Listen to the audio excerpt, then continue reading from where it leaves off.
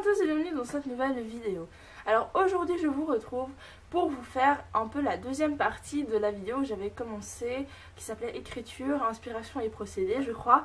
Et donc aujourd'hui je reviens, alors que en fait actuellement je suis au salon du livre mais c'est pas grave, pour vous parler de comment j'ai procédé pour un peu la publication tout simplement, et je vais surtout répondre à vos questions vu que en fait ça va un peu me faire dire ce que je voulais vous dire à la base.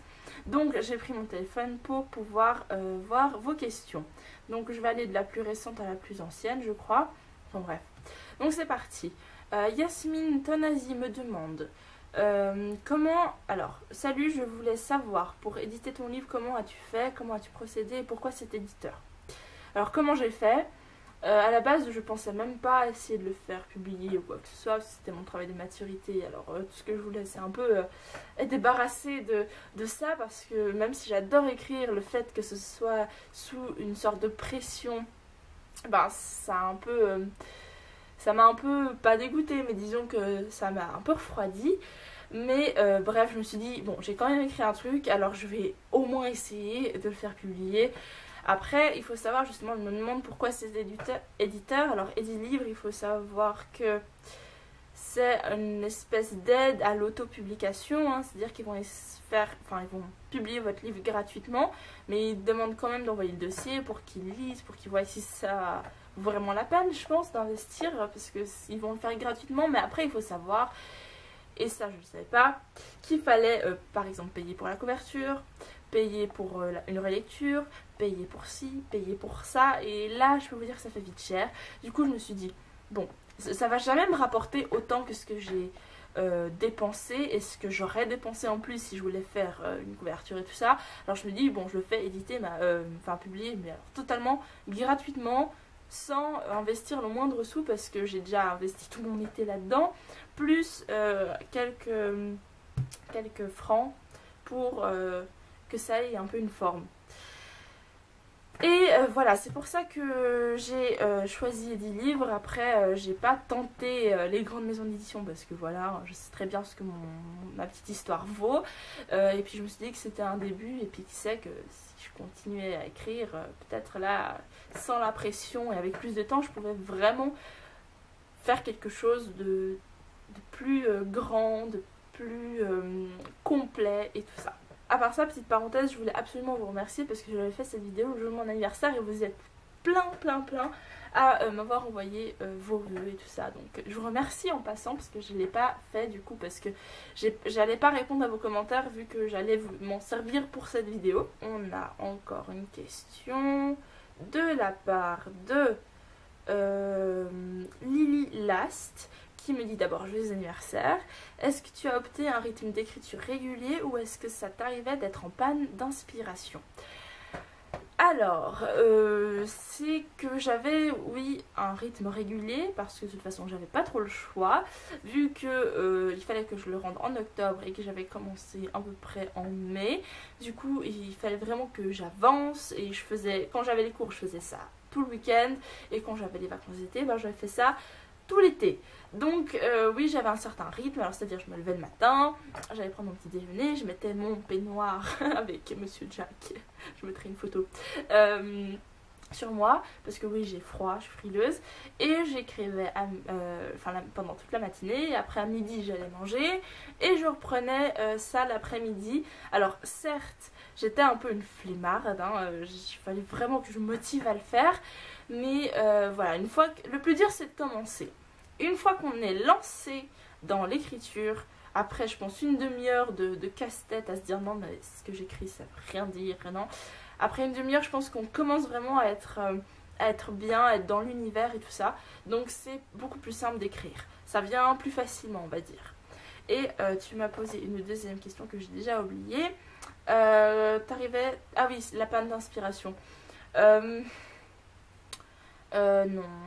Enfin si, vers la fin, je dois avouer que je me suis un peu retrouvée mal, vu que je me suis dit, en fait, la fin que je voulais faire, elle va pas du tout avec ce que j'ai écrit jusqu'à maintenant. Alors je me suis dit, mince, mon histoire ne veut plus rien dire. Et en fait, en relisant les procès, j'ai fait des liens entre des personnages qui en fait étaient des liens véritables. Après, j'ai juste repris ces relations et j'ai fait en sorte que ça corresponde avec ce que j'avais écrit avant, mais une vraie panne d'inspiration, non, pas vraiment. Non, parce que je sais pas, j'avais bien l'idée en tête. Après, non. C'est comme il y a une question plus tard pour la page blanche, je vais y répondre. Voilà, bah d'ailleurs c'est la prochaine question. De Cactusty, et j'adore ton pseudo, c'est trop bien, Cactusty. Bref, félicitations Michaela, quel beau projet réussi. Je vais passer directement à la question. J'allais te poser la question de ta routine d'écriture, donc c'est ce que je répondis juste avant, mais elle me dit as-tu connu le fameux problème de la page blanche, n'avoir aucune idée ou en avoir mais ne pas parvenir à la retranscrire? Comment as-tu géré tout cela? Alors, déjà, j'ai pas eu vraiment de problème de la page blanche parce que justement, comme j'avais peu de temps, il fallait que je mette fallait que les événements s'enchaînent assez vite. Et donc, j'avais pas vraiment de surplus à mettre. Du coup, je savais exactement ce que je devais écrire parce que dans chaque chapitre, il se passe un truc. Donc, ça revient avec l'inspiration. C'est-à-dire que comme j'avais pas de surplus à mettre, pas trop de chapitres intermédiaires. Non, dans chaque chapitre, il y a une action. Du coup, j'avais pas ce problème de me dire, bon, il faut que je comble un trou, qu'est-ce que je mets là? Non, voilà. Et ensuite, tu m'as posé la question suivante. Ah oui, de pas avoir d'idée, donc c'est ce que je viens de dire, ou de pas arriver à la retranscrire. Donc ça, c'est une très bonne question parce que c'est pas du tout pareil. Et là, oui, alors ça m'arrivait souvent. C'est-à-dire que j'avais l'idée et j'arrivais pas à l'exposer correctement parce que soit il me manquait une raison pour laquelle il fallait que ça arrive, vous voyez ce que je veux dire, et là j'avais pas d'idée, ou parce que tout simplement j'arrivais pas à écrire des phrases qui veulent dire grand chose, ou j'avais tout simplement l'impression d'écrire un peu n'importe quoi. Enfin, ça arrive plus souvent que, enfin en tout cas pour moi, que le manque d'inspiration. L'inspiration je l'avais, mais des fois c'est assez dur d'écrire ce qu'on veut réellement, parce qu'inconsciemment on sait ce qu'on veut écrire, mais bien le faire c'est autre chose. Voilà. Ensuite je descends un peu plus bas. Est-ce qu'on peut acheter ton livre à la FNAC ou librairie? Alors on peut l'acheter sur le site de la FNAC ou sur Amazon. En librairie par contre on vient tout juste de le mettre en vente à la Payot en Suisse, à Montreux, attention, à Montreux, et peut-être à celle de Vevey. Il faut encore que je voie avec eux, mais sinon en librairie vous ne le trouvez pas. Voilà. Mais sur les sites de la FNAC et d'Amazon vous pouvez le trouver, ou sur le site des livres aussi, mais en magasin vous pouvez le trouver qu'à Montreux ou peut-être à Vevey, à voir. Alors j'ai une question de Kaiser Kay qui dit pour moi la question la plus importante c'est de savoir ce que tu faisais lorsque tu risquais la page blanche. Est-ce que tu restais chez toi pour écrire ou tu sortais pour être plus dans l'ambiance? Alors comme ça m'est pas vraiment arrivé, je peux pas trop dire, mais je pense que si j'avais vraiment une page blanche, je pense qu'il faut pas se forcer, ça c'est clair. Il faut pas essayer de se dire mon dieu il faut que j'écrive un truc, parce qu'au contraire ça va mettre encore plus la pression et encore plus bloquer toute l'inspiration et les idées qui pourraient venir. Alors je pense que je serais sortie, oui, parce que des fois on sort, on observe ce qu'on a devant nos yeux, et puis ça peut nous donner nous faire un déclic et nous donner des idées, que ce soit en discutant avec des amis ou en se baladant, je sais pas, au bord d'un lac, à regarder, ou dans la forêt, ou je sais pas, même peut-être faire du shopping, qui sait, j'en sais rien, ça j'ai pas essayé, mais je pense que il faut juste faire autre chose pour qu'on oublie ce problème de la page blanche, et puis peut-être que inconsciemment on va avoir une super idée en regardant des canards. Je sais pas, je viens de dire ça comme ça, mais qui sait, hein. L'inspiration est partout, hein. Peut-être que si vous avez encore d'autres questions, je ferai un live à voir. Mais alors, donc je reprends, la question c'était, oui, le personnage réaliste. Bon, alors si je dis ça, comment j'ai fait pour rendre les personnages réalistes? Alors déjà, je sais pas s'ils sont vraiment réalistes, hein, parce que mon point de vue ne compte pas vraiment, mais je pense que je me suis beaucoup appliquée sur le personnage principal qui est Emilia et Anaël, qui est aussi l'autre, enfin qui est le personnage principal masculin. Là, je me suis beaucoup appliquée parce que c'est un peu le centre de l'histoire. Je me suis vraiment inspirée, que ce soit pour ces deux personnages ou d'autres, hein, même si je trouve que les autres sont un peu moins bien faits. Moins. Bref, c'est la fatigue. Le meilleur moyen de les rendre réalistes, c'est de s'inspirer des gens qu'on voit dans la rue, des gens qu'on connaît, de proches. J'en sais rien, mais parce que c'est pour ça que j'admire des auteurs qui créent tout un univers différent, parce que là, il n'y a pas de point de repère, tandis que moi, je me suis justement servi de ce qu'on voit tous les jours pour rendre les choses réalistes. Alors, pour le personnage principal d'Emilia, je me suis un peu inspirée de moi, parce que je pense que la personne que je connais le mieux, c'est moi-même, du coup... pour prévoir des réactions, pour faire passer les sentiments de ce personnage, en fait, le tout, il faut que tout soit cohérent, et là, ça c'est compliqué parce qu'on peut pas faire un personnage hyper, je sais pas, méchant, puis le rendre attendrissant 3 secondes après. Enfin, faut qu'il y ait un minimum de cohérence, et que voilà, enfin, après, je sais pas, moi je me suis inspirée pas mal de mes amis pour certains traits de caractère que j'ai mixés avec d'autres, et voilà. Et puis alors Anaël, par contre, c'est celui que j'ai un peu inventé tout en m'inspirant légèrement de personnages masculins qu'on pourrait voir par exemple dans les livres Young Adult. Mais j'ai mis un peu ma petite touche personnelle de comment j'aimerais bien avoir un ami comme Anaël. Donc voilà, ce serait comme ça que je dirais que je les ai rendus réalistes. Après, c'est une bonne question parce que je ne sais pas du tout comment ils font les autres auteurs. Mais voilà, moi je me suis tout simplement inspirée des gens que je côtoyais un peu tous les jours. Ensuite, Cassandre Fournier me dit: je voulais savoir si tu avais écrit ton histoire tous les jours et comment tu avais trouvé la motivation pour. Alors comme j'ai dit avant, j'écrivais pas tous les jours mais tous les week-ends, et après pendant les vacances, bon, pas tous les jours mais au moins un jour sur deux. Et comment j'ai trouvé la motivation pour? Et bien tout simplement parce que c'était mon travail de maturité, donc si je le faisais pas, j'allais avoir une sale note, et non merci, je veux pas de sale note, j'aimerais passer mon année, avoir mon bac et tout ça. Donc voilà, c'était pas la meilleure des motivations, c'était pas forcément une motivation très positive, mais voilà, c'était ce qui me poussait à me mettre devant mon ordinateur toute une journée et à écrire, tout simplement. Ensuite,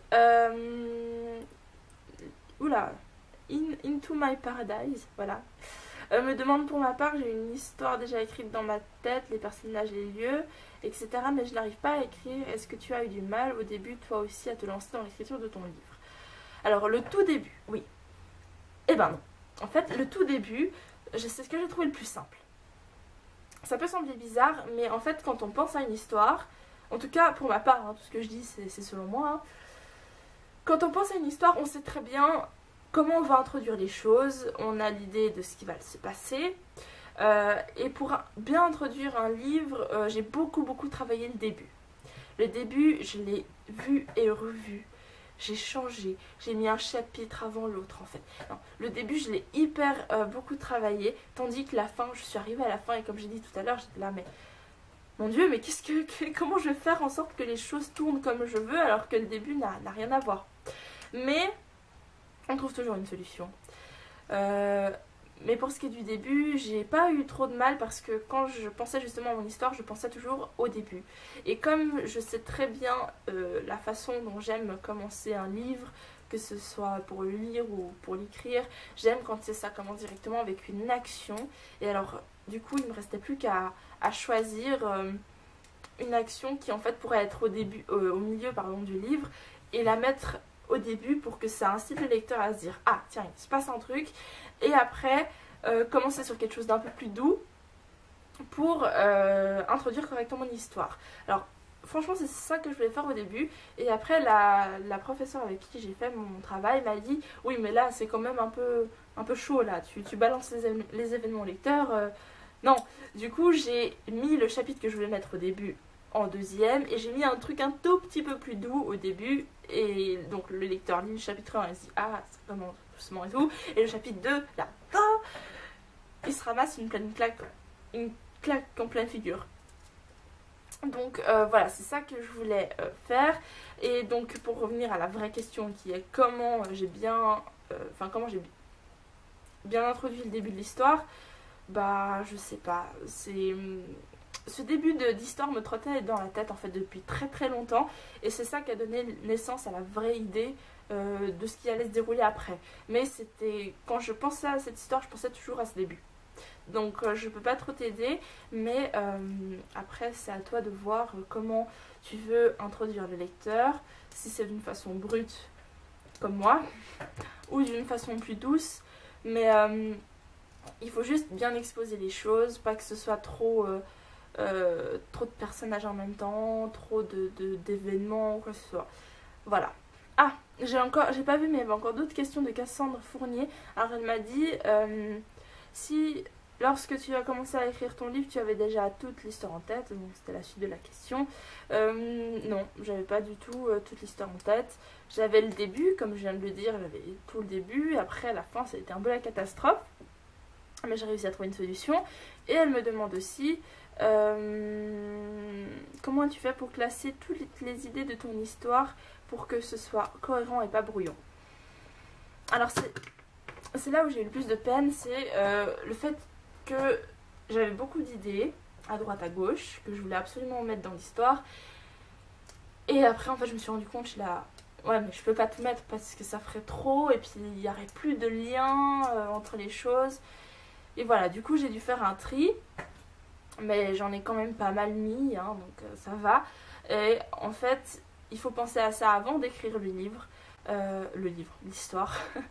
Franchement, plus vous organisez votre histoire avant de l'écrire, mieux c'est. Voilà. Faites pas comme moi où je suis arrivée à la fin et je me suis dit aïe, mince. Mais franchement, ouais. Il suffit juste d'être bien organisé. Et après, même si vous avez une idée géniale qui vient au milieu de votre écriture, ben, essayez de l'incorporer en peut-être revenant un petit peu en arrière, en ajoutant un petit signe, un petit indice qui va montrer que quelque chose doit peut-être arriver plus tard, mais qui ne se voit pas forcément, pas trop flagrant. Donc voilà, c'est tout ce que je peux te dire pour ça. Et encore une question qui vient après. Ah non, c'est tout. Ok. Donc je crois que je n'ai oublié aucune question. Mais si vous en avez d'autres, mettez-les en commentaire. Et là, peut-être que je penserai à faire un live si vous voulez. Je vous remercie tous déjà tous les joyeux anniversaires que vous m'avez dit. Et de vos questions, parce que ça me fait plaisir en fait d'en parler. C'est quelque chose que je voulais absolument faire et que j'ai fait. Maintenant je m'en rends peut-être toujours pas compte, mais voilà, c'est fait. Et j'ai terriblement envie d'écrire encore. Malheureusement là j'ai pas du tout le temps sur les examens et tout ça, mais je vais continuer à écrire. Et voilà, j'espère que vous me soutiendrez autant que vous l'avez fait jusqu'à maintenant. C'est le petit moment émotion, mais c'est pas grave. Donc je suis désolée si cette vidéo a été très longue, mais vous savez que j'ai un peu de peine à m'exprimer, j'ai beaucoup d'hésitation et tout ça. Mais voilà, bref. En tout cas, je vous souhaite à tous un merveilleux dimanche. Actuellement, je suis au salon du livre en train de profiter vu que j'ai pré-filmé cette vidéo. Mais en tout cas, je vous fais à tous de gros bisous. Et je vous dis à très bientôt dans une nouvelle vidéo. Bye!